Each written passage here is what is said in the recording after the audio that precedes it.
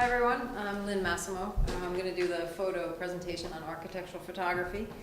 I don't do it as a living anymore, but I actually did do it as a living. I don't anymore because it's a really hard way to make a living. But my credentials are that I do have a degree in photography, so I hope this will be informative. This will distill my education down into, I don't know, 20 slides or something. Dad will be happy about how much money he spent on that. I do think your point about photos helping to make your case for preservation is really helpful. We have shown some of these at the LPC, and as we were going through our presentation, there were some where they actually gasped out loud, where we were showing the pictures of the bad buildings. So the photography is important.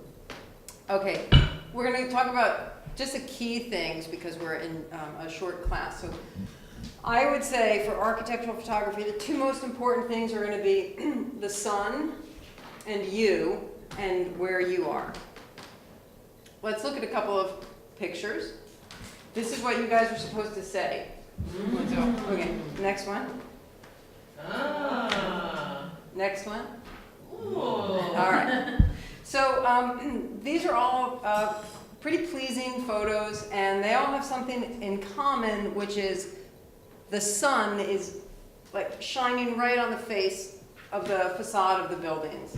So here is a aerial diagram of that. So all of those photos happen to be of streets that were on the same orientation, where the buildings were here on the north side of the street, and the sun was here, so that's north, and the sun was in giving it the southern exposure right onto the facades, and that's what looks so pleasant about it. And then the next thing is, so we talk about, well, where's the sun? Well, when the sun is behind you, that makes your buildings look really nice. And then the other thing is, well, where are you? So having the sun behind you is important.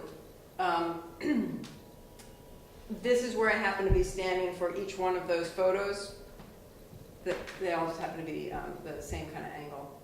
Or you could be standing like directly with it, you know. I mean, I just happen to be on an angle. I could take this slide out.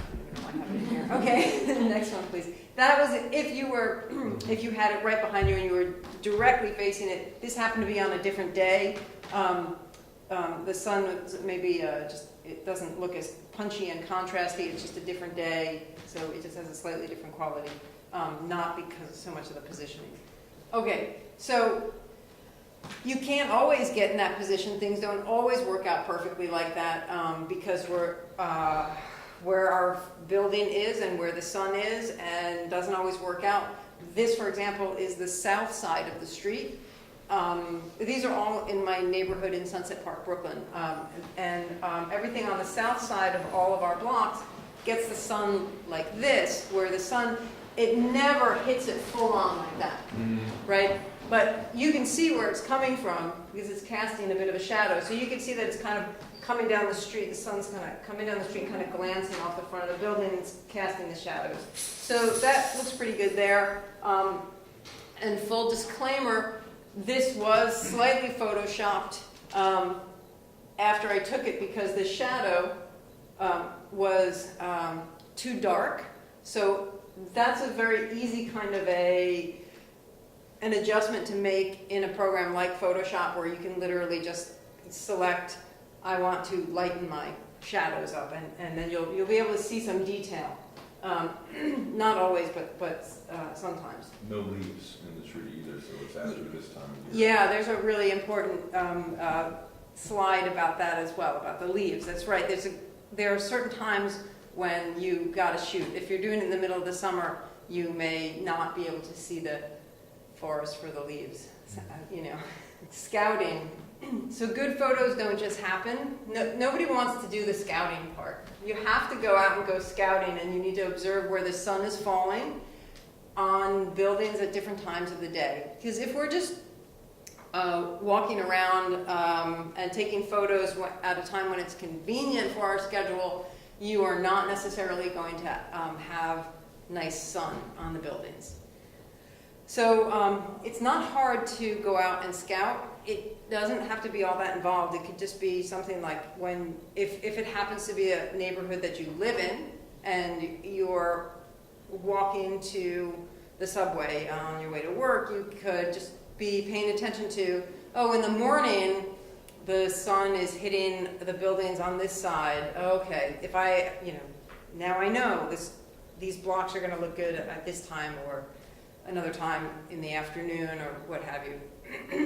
So scouting isn't hard, you just have to do it, and then you have to come back when you know the sun's going to look good, not when it's convenient for your schedule.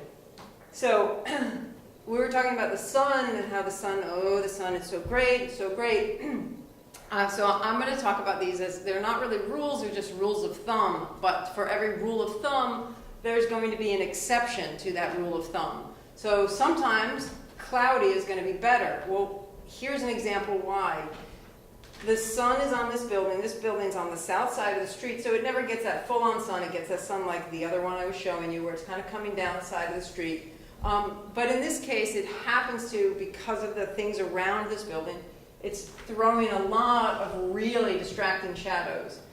There are shadows, there's a tree that's actually here, and the shadows on the building are really from a tree that's here. It's not actually from that tree, but nonetheless, it's really distracting. And this shadow, even trying to lighten it up in Photoshop, it's still just too heavy and too dense and doesn't look good. So coming back on another day when it was overcast, like a day kind of like today, you've got no shadows, and now you can actually see the building. And even though probably a good 1/3 of the whole photograph is a bunch of branches, they're really not actually that distracting. But here, they were distracting because they were one more on top of a laundry list of other visual distractions, including the lamp post, and the two little signs on it, and all of a sudden you're just like, stop, I don't want to look at it anymore. So sometimes overcast is better. Don't look at the sun. That's what they said about the eclipse. And it's good for here as well. It's a good rule of thumb. This is a very extreme example of literally photographing into the sun. Like, the sun's like right up there, and you can see the sun rays, and then you get this. This is lens flare that's being caused. Anyway, this looks terrible. No one's going to landmark this. You're not going to sway the LPC with this photograph at all. That's the building on a reshoot. It looks a heck of a lot nicer. So, in particular, the story behind this one is about the scouting, and that you got to go out and scout, and you got to photograph when the buildings look good, not when it works out for you.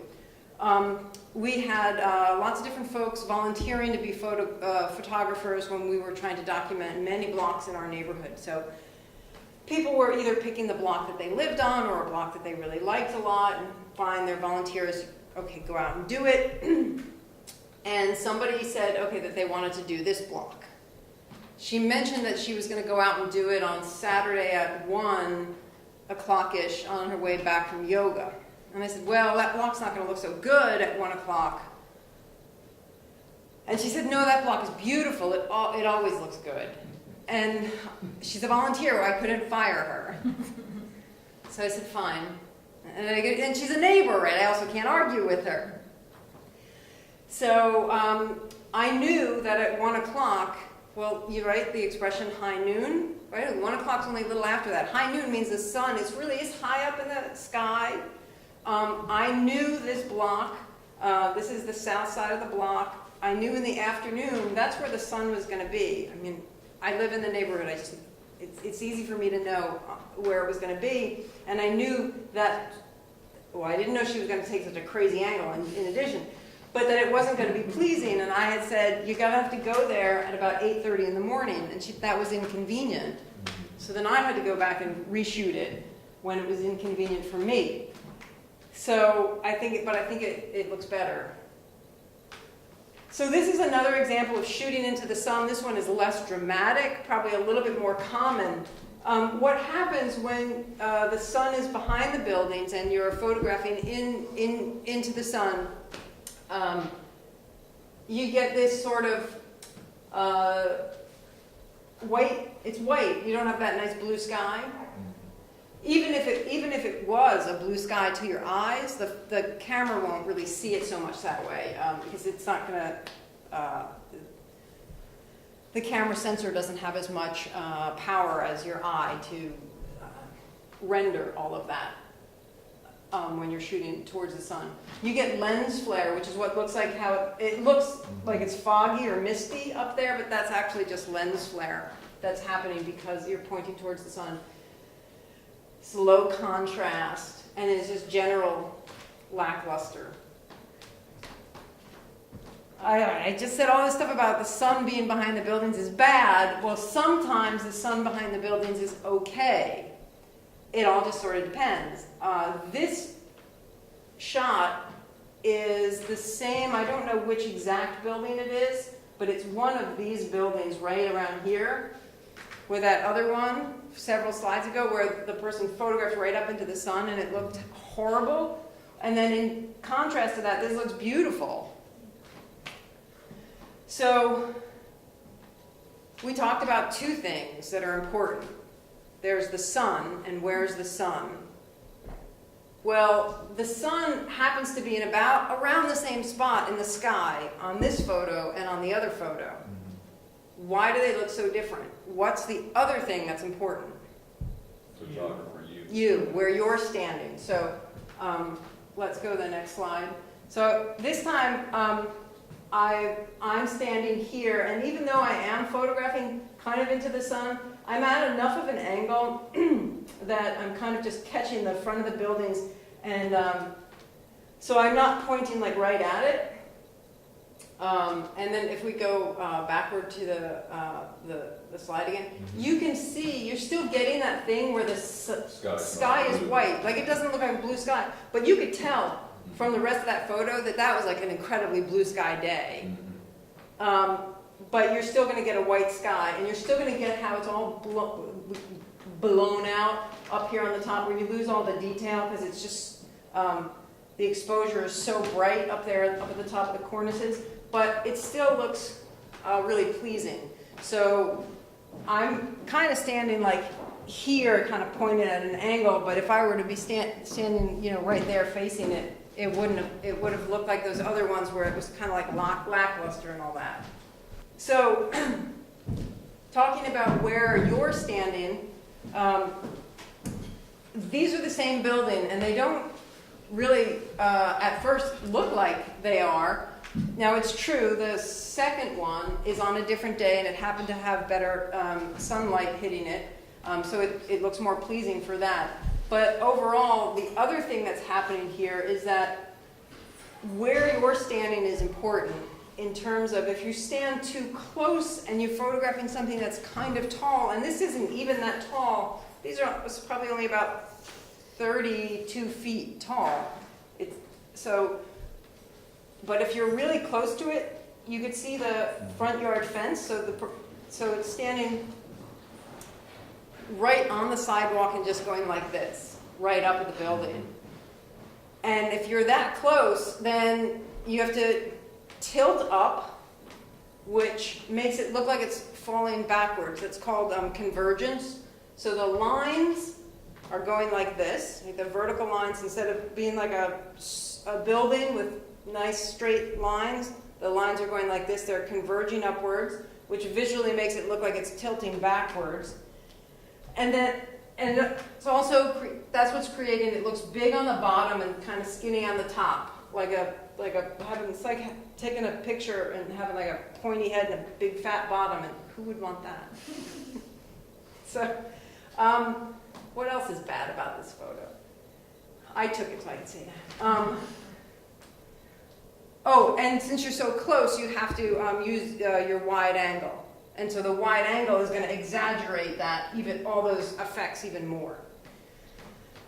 To fix it and make it look better, like in this one, you just need to change where you are. Here in this example, it was easy enough to simply go across the street and then actually get a little bit elevated by walking up the stoop that was, I wasn't actually right across the street, I was like across the street and like maybe at one house up. So I'm a little bit elevated, which helped me get the camera up higher. And I'm further away, so instead of zooming with a wide angle, I'm actually zooming more with a telephoto, which is always more pleasing on a building. So that's why that one looks better. And even though in this one, there's no tree branch, this one still looks poopy, but this one has a big bunch of tree branches, yet it still looks pleasing because all the other elements of the building standing straight, and also because the sun looks nice.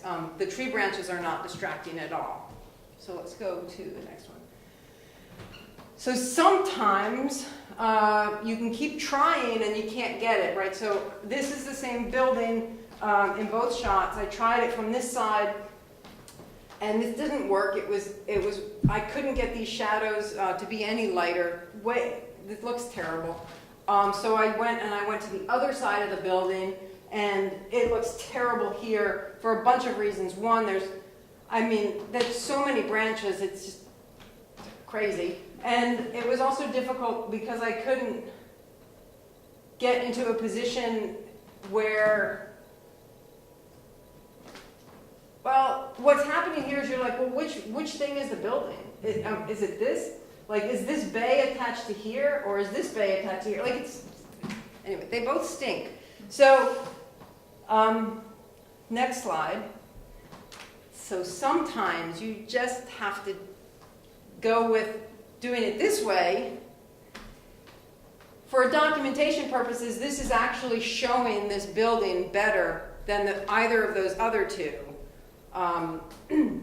But yet it's breaking that rule where I just talked about. I said don't stand so close, don't go like this, and don't use a wide angle lens. I had to do all of those things here, but it was the lesser of the evils. I don't know, this one sort of just speaks for itself. This one it's the same photograph. I simply cropped in Photoshop, I just cropped in. The person who took the photograph, he could have simply stood exactly where he was and zoomed his lens in and gotten the same framing here, and you would have had only this little bit. It wouldn't have been distracting at all. So more cars. There are lots of cars. So this seems to be there's a lot of things wrong with this photo, but one of its primary things is that it seems to be about cars, not so much about the building. So I think there's that thing called the rule of thirds. I don't really remember, where here's your bottom third, your top third, and then you've got like you're in the middle. So you've got like thirds. You've got the whole bottom third is filled with cars, and it's distracting and it doesn't look good. Plus, you've also got over here and over here enough of the other two buildings that it's kind of like, well, who's the star of the show? So to fix that, it was the same answer where backing up was important, because where the photographer was standing here is he's standing in the street, probably not in the middle of the street. He's probably up against the cars that are parked on the other side. But he could still get further away, and he got further away by doing what I had advised him when we looked at this one together. I said, hey, go across the street, like go up the stoop of the buildings across the street, and that'll get you really much further away, and it'll get you elevated enough so that your lens is above most of the cars. So you're just getting a little bit of the cars, and you can really feel the focus of the picture is this building. And even though there's this big branch, it's not even really distracting because it's very clear what the focus of the shot is. So sometimes the branches are too distracting because now there's so many trees. Here's an example of where the branches are really distracting. Really big branch here. The sun happens to be hitting the tree, not the building. It's kind of lighting up the tree. And this simply was solved by going to a different angle and you still have lots of branches, but you got your focus of the image seems to be the building as opposed to the tree. And it is the same building. These were several months apart and they repainted their door. So I'm not trying to pull a fast one on you. So as to your point about the leaves, sometimes you're barely getting away with it here. A little bit later, and then this, you would not even be able to see through these. You can see through them a tiny bit. I can't remember. I think this person may have done this in maybe late May. I honestly don't remember. But it's better to do it in March to early April. Probably all the way to the end of April is probably okay. Or in the fall after the leaves are down. I took a lot of them in the winter. It's cold, and if you move fast enough, you can deal with it. So compositionally, you don't want to scalp the top of the building, right? That's going to give you a really bad composition. Because it'll look, like all those old family photos of people at parties and stuff, and everybody's heads cut off. That's what that's doing to the building. It doesn't look very pleasing. Plus, compositionally, this looks like it's mostly about these garbage cans. That seems to be the thing that kind of jumps out at you. This is actually the same building with the composition changed up, where instead of standing so close, someone else took this and then I retook it by going across the street and getting further away, and I didn't chop the top of it off. These are the same garbage cans. They're a lot less noticeable now. This has better sunlight, but that ends up overall, I think, being a better representation of that building, even though the color in the sun is actually really quite drab in it. It still looks better than this. This is also slightly tilted, so it looks like the building is kind of tilted, and that's because the camera was held very, very slightly crooked. Probably you wouldn't even notice it if you were just holding it there, but it's something that's easy to fix if you're looking, because we all look through the LCD camera lenses.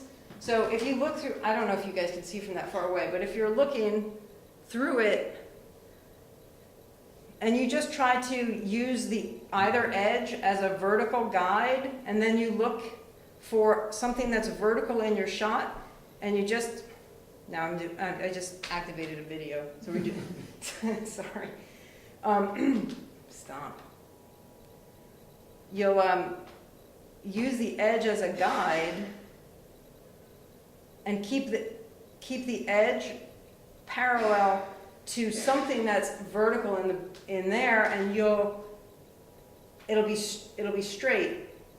If it's even just slightly tilted, the camera is slightly tilted, your lines will be tilted. I mean, if you look at my phone, you wouldn't even say I was holding it crooked, right? I mean, it's just very little a little crooked is enough to make it look like this, instead of make it look nice and straight like that. Avoid people? Always at all times. Yes, always, all the time. And then, so there are two things no one wants to hear. That you have to go out and scout first, and then the other thing no one wants to hear is that you have to do reshoots.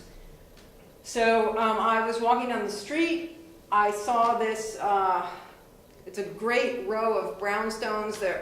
They all look practically identical to each other, and then all of a sudden there's this one in the middle that's been redone, and it looks horrible.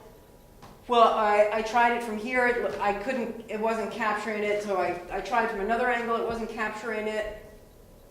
I was like, okay, let me back up over here so I could try to get the other buildings because I'm trying to illustrate how this one is different from all the others. That's still not working.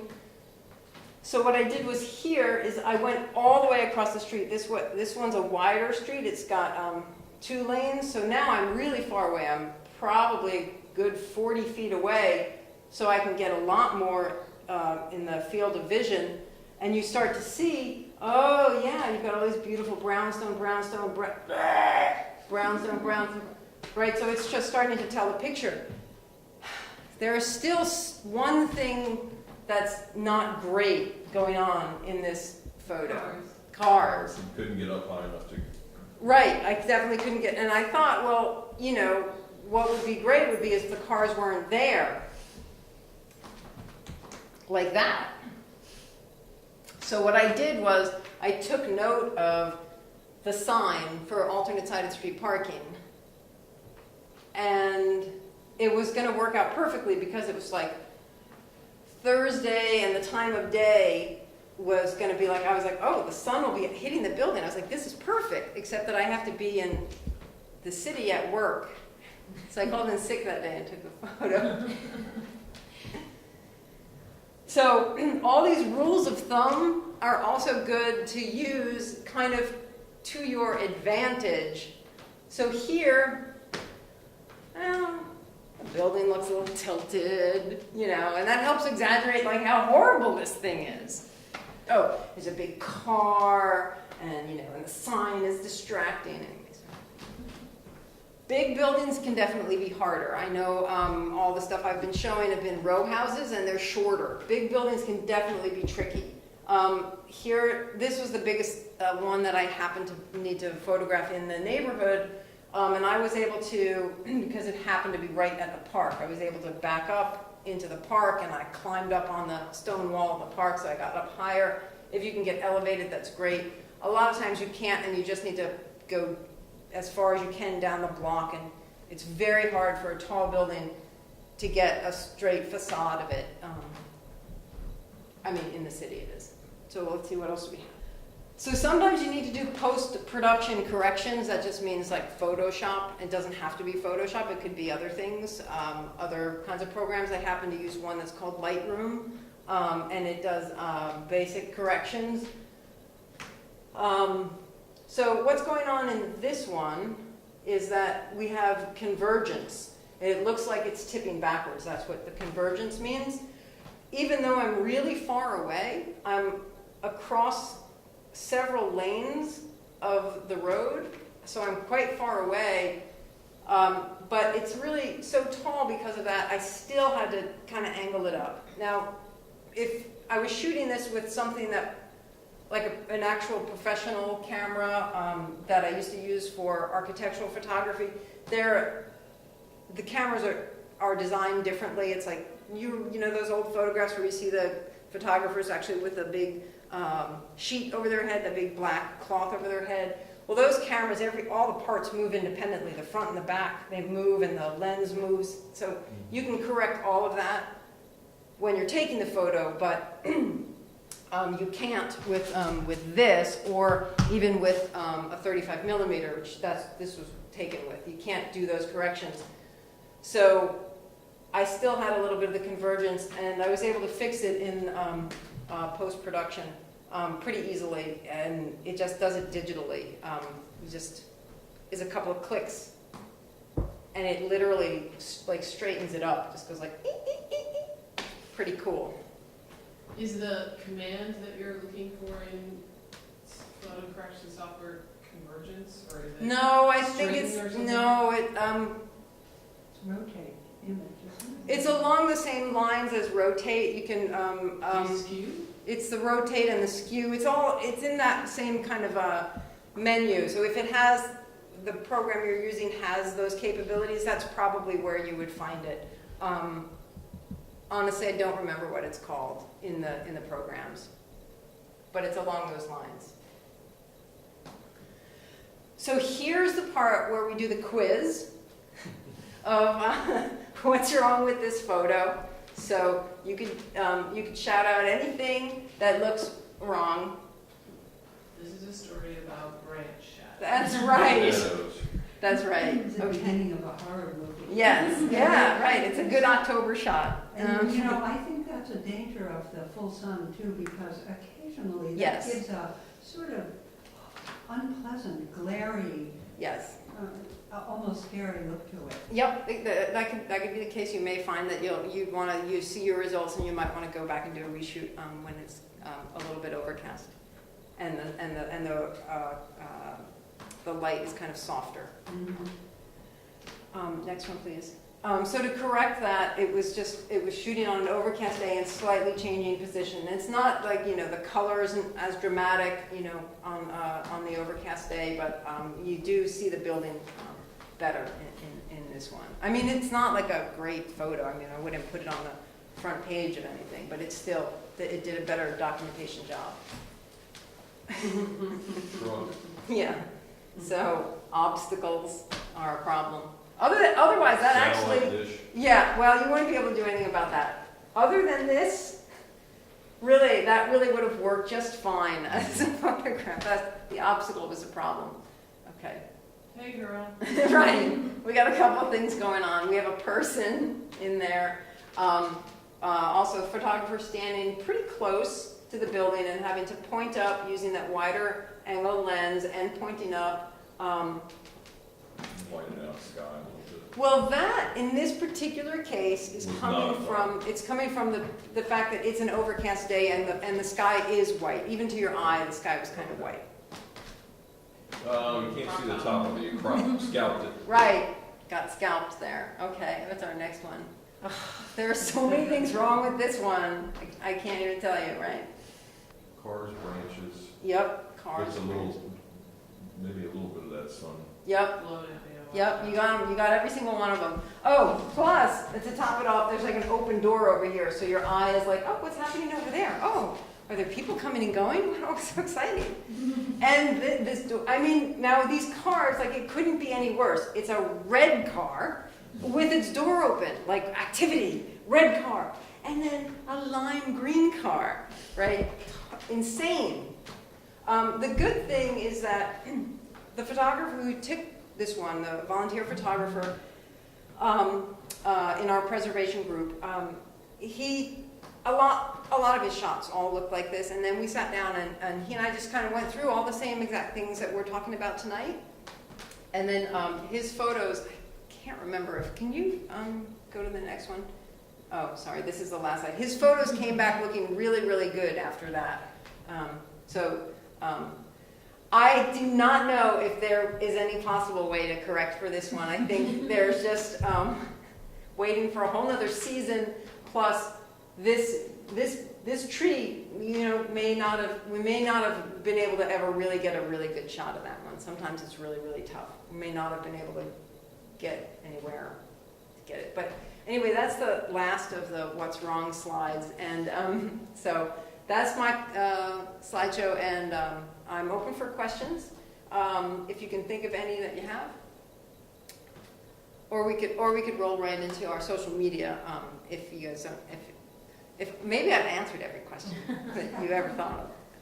Just real quick, I think that the easiest seasons are, south-facing elevations are probably easier because you have sun on them. Yeah. In the summer, also Yeah. east and west are not so bad. So wintertime, it would be in dead middle summer is when you're going to have your best chance of having any sun on a north elevation, because that's when the sun's going to, taking the highest route over the sky.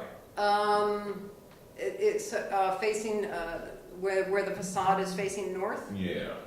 Well, it'll all depend a little bit on the particular neighborhood, exactly where, because as you know, we're not really on the way that we're not exactly when we all say north in New York City, we're not exactly north, right? So it'll depend a bit on your neighborhood. But in my neighborhood, it seemed to actually work out best for that. The buildings with the north-facing facades were the ones I did in the early morning, where the sun was kind of just it was rising in the east, so it was kind of shooting down the street. And those are the ones where we've got the sunlight coming from the side. Okay. Lynn, whenever people talk about like the golden hour, like magic hour. when is that? Magic hour is a fleeting moment in time that is different depending on what day of the year it is, right? In the summertime, it's much later. In the wintertime, it's really earlier. So it's that magic time between, it's around twilight. And that's an awesome time to take photos. Like, not so much for documenting probably this stuff, but yeah, it is a pretty amazing time. And here's the interesting thing about shooting at that magic hour. What looks great to your eyes at magic hour, you're like, man, it's so great. It's like just getting almost a little teeny tiny dark, but like things are still kind of glowing and you're starting to see lights are lighting up as well. And you're like, oh, it's amazing. It looks great to your eye. It's going to look too dark on film. I'm going to say film because I'm old. And when I did go to photography school, we did use film. But even on the digital camera sensor, that time will look too dark. So what you have to do is go out and you have to photograph just a tiny bit before that. And that's when it'll look good on the sensor. That's when, like, the way it looks to your eye is when it'll look. So, and it's short, a very short window. Like it goes by really fast. There's like, it's like a 10-minute window of it looking sort of perfect like that. And then after you've taken all these photos, you gotta do something with them.